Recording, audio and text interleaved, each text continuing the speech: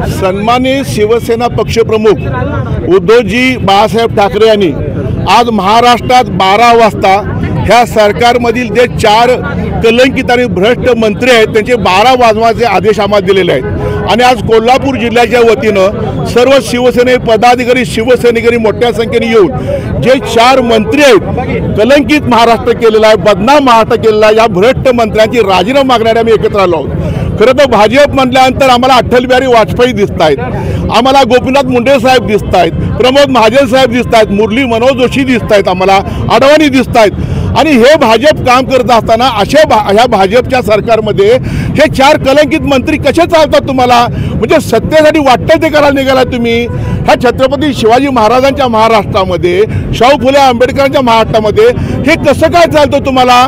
म्हणून ह्या 4 मंत्र्यांचे राजीनामे तातडीने घ्या अशी आज आम्ही इथं मागणी केलेली आहे। भविष्यात सुद्धा शिवसेनेचं आंदोलन हे टप्प्याटप्प्याने सुरूच राहील।